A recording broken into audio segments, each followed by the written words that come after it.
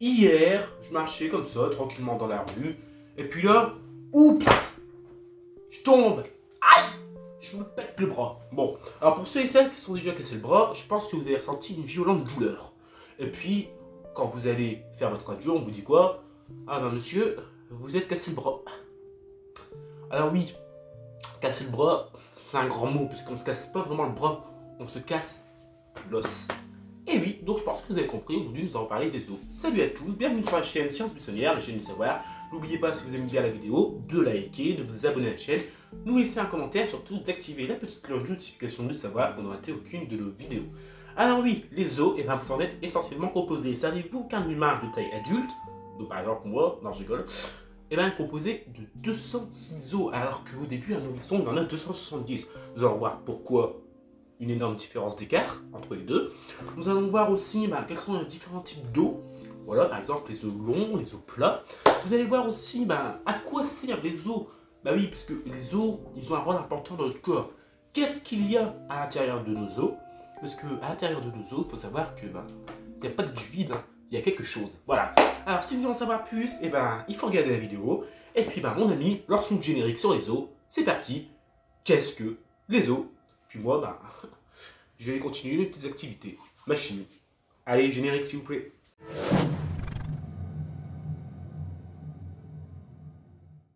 Et c'est parti pour la vidéo. Alors pour commencer, on pourrait se poser la question, finalement, qu'est-ce qu'un os?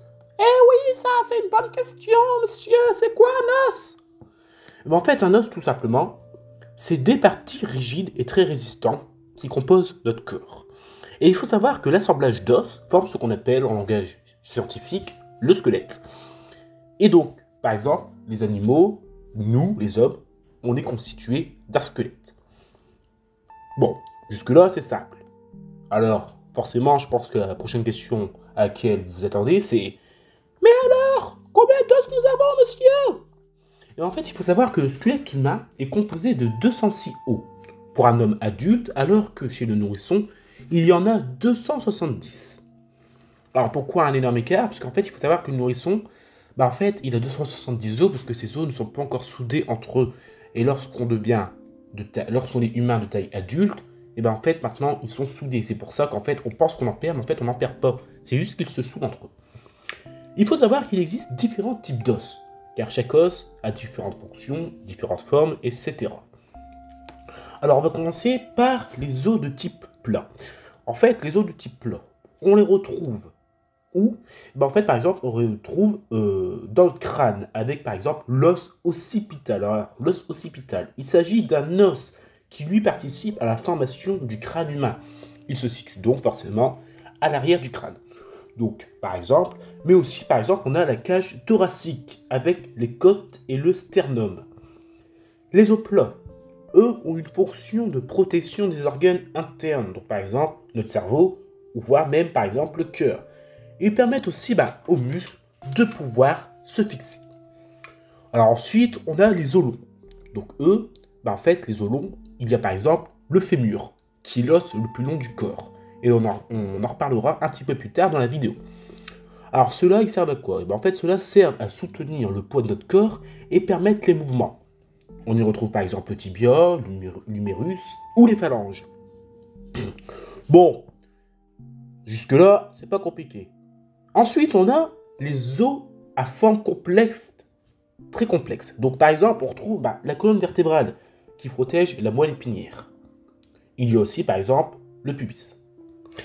Alors oui, les os à forme complexe, les vertèbres, on peut pas se mentir, c'est vraiment des formes complexes.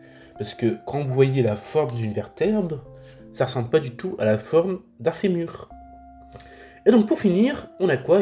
On a les os courts. Oui, parce que forcément, si on a eu les os longs, je pense qu'il y aura les os courts. Alors les os courts, en fait, les os courts, eux, on les retrouve où? On les retrouve dans les articulations du poignet, par exemple, ou de la cheville. Donc par exemple, on retrouve le talus et le humatum. Alors il faut savoir que un humain, il est vertébré. C'est-à-dire quoi? C'est-à-dire qu'il est constitué d'os et de vertèbres. Et bon, le contraire de vertébré, je pense que tout le monde le sait, tous ensemble, tous en cœur, c'est invertébré. Et oui, invertébré, ça veut dire qu'il n'a pas d'os, qu'il n'a pas de vertèbres. Donc par exemple, les insectes. Alors oui, l'anatomie du squelette humain étant énormément complexe, je vais pas trop rentrer dans les détails, parce que je pense que j'en perds certains. Donc on va juste voir les bases. Donc, maintenant qu'on sait les différents types d'os et qu'est-ce qu'un os, et ben je vous ai concocté un petit top 4, oui un petit top 4, qui pourrait être très intéressant pour vous. Alors, c'est parti pour le top 4. Alors, en number 1, et ben le plus long os du corps humain. Alors, je pense que, on en a parlé tout à l'heure, il s'agit du fémur, l'os le plus long. Et en fait, lui, il se situe au niveau de la cuisse. Alors, il faut savoir que la taille d'un fémur est quand même de 466 mm. Alors, c'est pas rien, c'est quand même grand. Parce que lorsque vous allez voir l'os le plus petit, vous allez voir qu'il y a une énorme différence. Alors, number 2, l'os le plus petit. Alors, lui, le plus petit, il se situe dans l'oreille et il s'appelle l'étrier. Alors, lui, il mesure entre 2,5 mm et 3,5 mm de long. En fait, finalement, il est vraiment aussi petit qu'on pense. Il faut savoir qu'en fait, il fait presque la taille de la graderie. C'est magnifique. Franchement, là, vous dites, en fait, c'est chaud quand même. Vous savez que vous avez la graderie dans l'oreille? Eh ben ouais, mortel. Number 3. L'os le plus lourd. Bon, lui, je pense qu'on le connaît bien. Il s'agit encore du fémur, qui est bien l'os le plus lourd. Et number 4. Ce sont les deux os les plus résistants. Et oui, comme d'habitude, on retrouve qui? On retrouve notre cher ami le fémur, mais aussi la mâchoire humaine. Oui, la mâchoire humaine est énormément résistante. Lorsque vous mastiquez, il y a une de ces puissances dans votre mâchoire, vous ne pouvez pas savoir, c'est énorme. Donc, la mâchoire, c'est énormément résistant. Alors, pour finir cette petite vidéo, il faut savoir que on pourrait aussi se poser une autre question, parce que les gens n'y pensent pas vraiment, et certaines personnes pensent que dans nos os, en fait, il y a du vide, il n'y a rien. C'est faux. Dans nos os, il y a bien quelque chose. Ah bon? Et c'est quoi? Je vous explique tout de suite. Il faut savoir que dans nos os, on trouve de la moelle qui est protégée par nos os. Bon, là, jusque-là, c'est pas compliqué. Dans nos os, et nos os servent de réservoir aussi de calcium de l'organisme.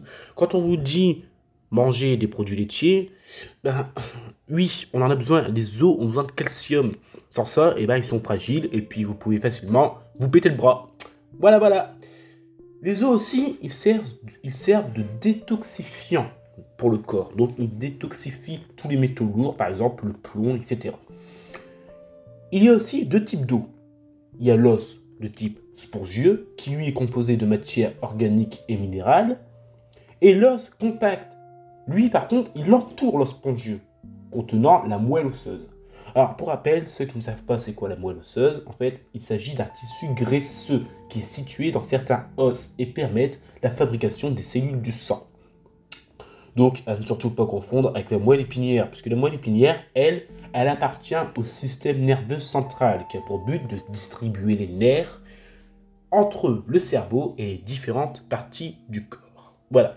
Donc pour moi, la vidéo, elle est finie. Voilà. Donc maintenant, vous savez désormais qu'est-ce qu'un os, les fonctions des os. Voilà. Parce qu'un os, si vous n'en avez pas, vous ne ressemblez à rien. Les os permettent de soutenir notre corps et aussi de protéger nos organes vitaux. Donc par exemple le cœur, le cerveau, les reins, tout ce que vous voulez. Vous savez désormais que dans les os, il n'y a pas que du vide. Oui, il n'y a pas de vide, il y a bien quelque chose. On y retrouve la moelle osseuse.